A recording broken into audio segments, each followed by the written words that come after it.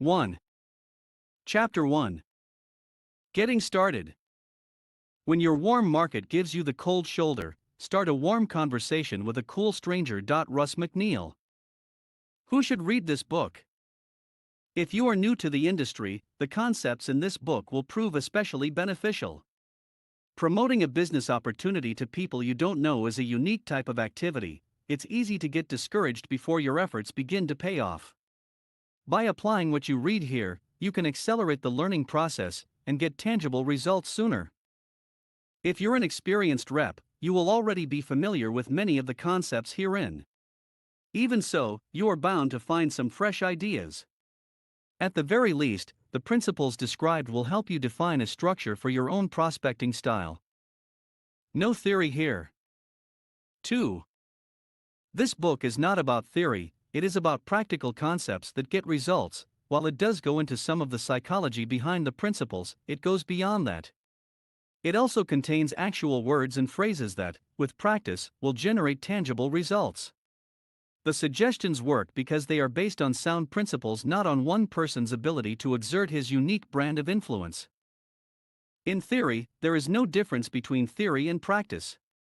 In practice, there is no relationship between them. Unknown.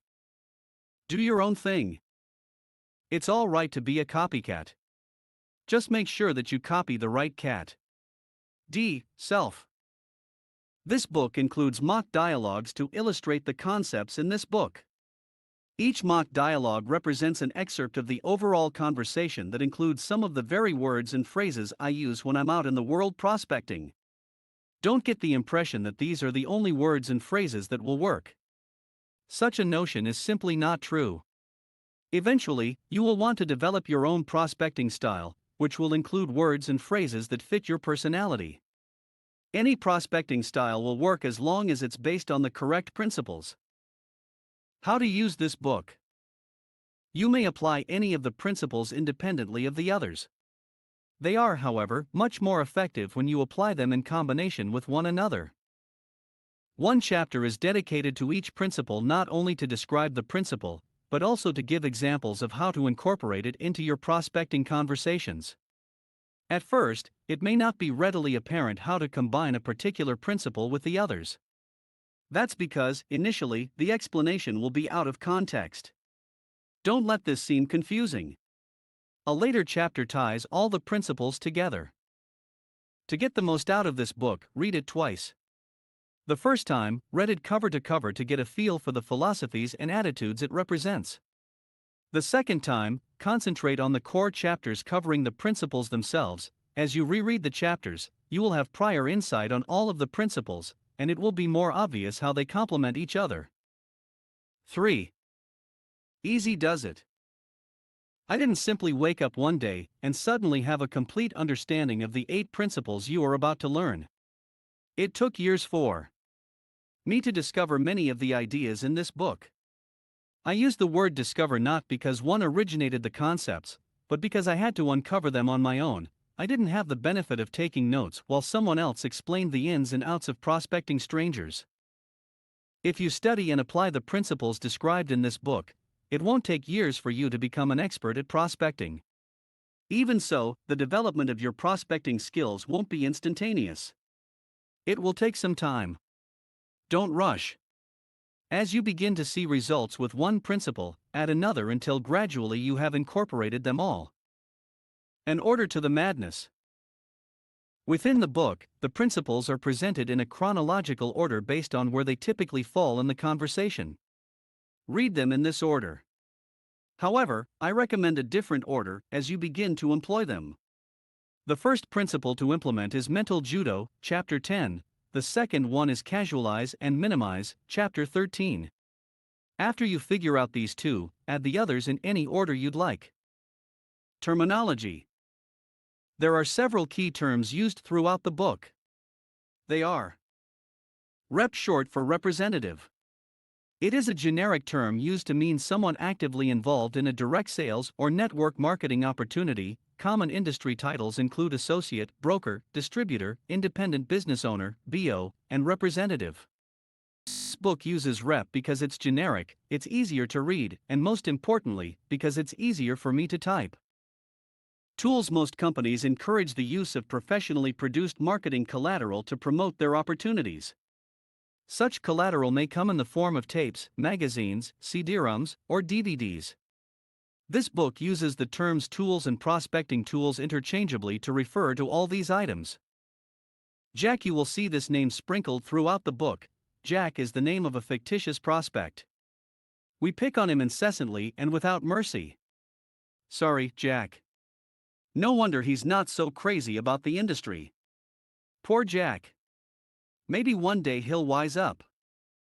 4. Team building, team-based opportunity, and the industry. These terms and others like them are used throughout as synonyms for network marketing and direct sales and party plans. Philosophically, these business models are quite different. However, from the standpoint of prospecting, they are too similar to draw a distinction. In this book, the synonyms are used as generic references to include these business models. Read them in the context that makes sense to you. What's the big deal about strangers? When first introduced to the industry, I was like most other people when they get started. I was excited. I knew that all my friends and relatives would see the same potential that I did, especially with all the credibility I had with them. I was certain that the big bucks would be thawing freely in no time. Imagine my surprise.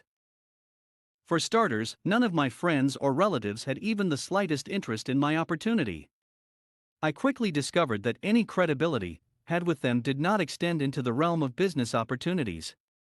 The people who knew me simply did not see me as a font of business acumen.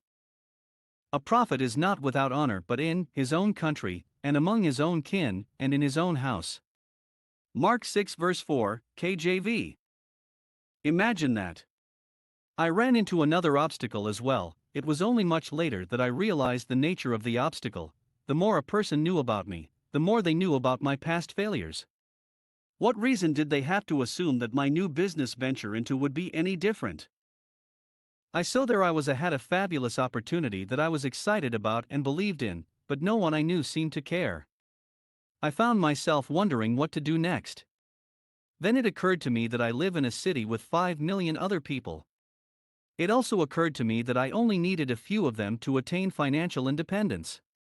All I had to do was find this precious few, and have them join my team. So goes the first law of prospecting. First law of prospecting: the list of people who don't know you is infinitely larger than the list of people who do know you. Once you form the habit of prospecting strangers, you will never run out of prospects. Think about it: people are turning 18 faster than you can get to them. How could you ever run out of people to approach? This law gives you a major 5. Advantage in building your business. Since you believe in your product and opportunity, you should want to share it with the people you already know and care for. Many reps, however, will get better results talking to strangers. Ironically, you have more credibility with strangers than with your friends and family. The second law of prospecting spells this out. Second law of prospecting: people who don't know you will take you more seriously than the ones who do know you. Prospects form opinions based on what they know and what they see. Jack, or whatever your prospect's name is, will evaluate you on what he knows about your personal track record and how well you relate to him. When you first meet Jack, he has no knowledge of your past successes or failures. His opinion of you and of your offer isn't influenced by your resume. All he has to go on is his first impression. That's good news.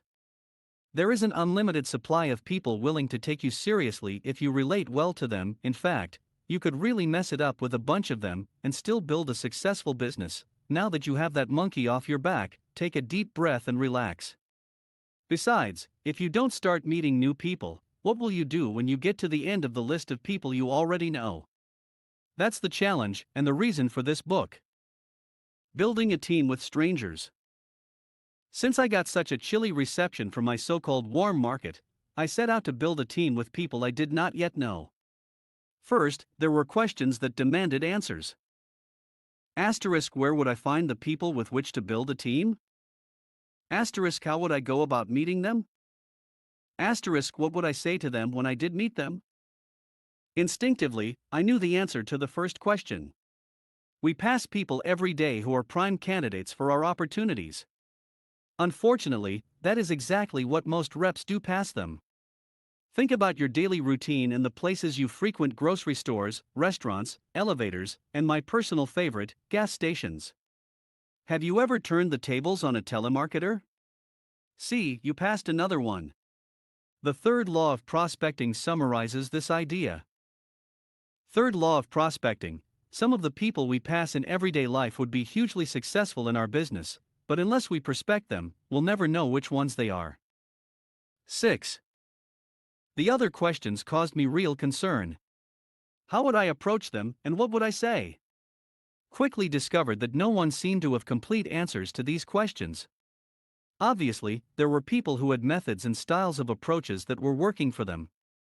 The challenge was that no one seemed to be teaching the ins and outs of prospecting strangers.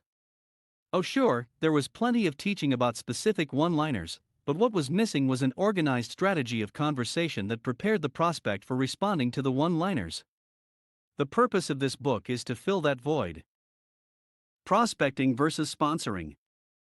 Prospecting is a vital aspect of team building. Keep in mind, though, that it is only a part of the process. For the purpose of this book, we draw a distinction between prospecting and sponsoring. Prospecting is the process of approaching someone you do not know and using conversation to determine if he or she has an interest in exploring your opportunity.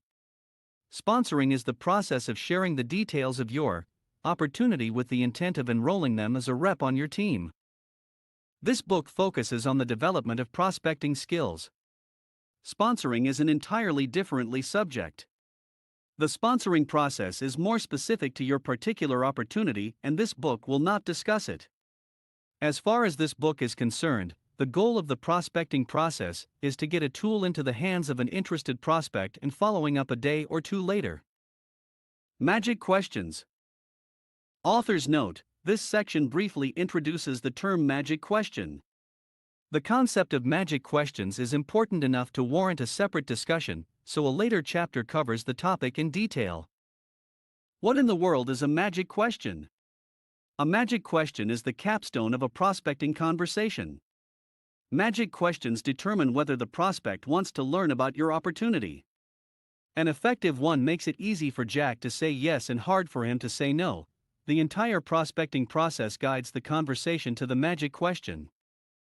7. The prospecting moment. A prospecting moment is a point in a conversation that represents the optimum time for you to ask your magic question. The goal of the prospecting conversation is to create a fertile verbal environment in which the prospecting moment can occur naturally and within the available time. Once you have mastered the principles of prospecting, you will orchestrate prospecting conversations at will. You will be able to gauge the timing of the conversation and know just when to initiate the prospecting moment. The entire process will transpire so naturally that the prospect will never realize what's happened. You will be an artist, and every conversation will be your canvas. If a geek-speaking software engineer can learn to meet and prospect total strangers in face-to-face conversations, then you certainly can. 8. Chapter 2.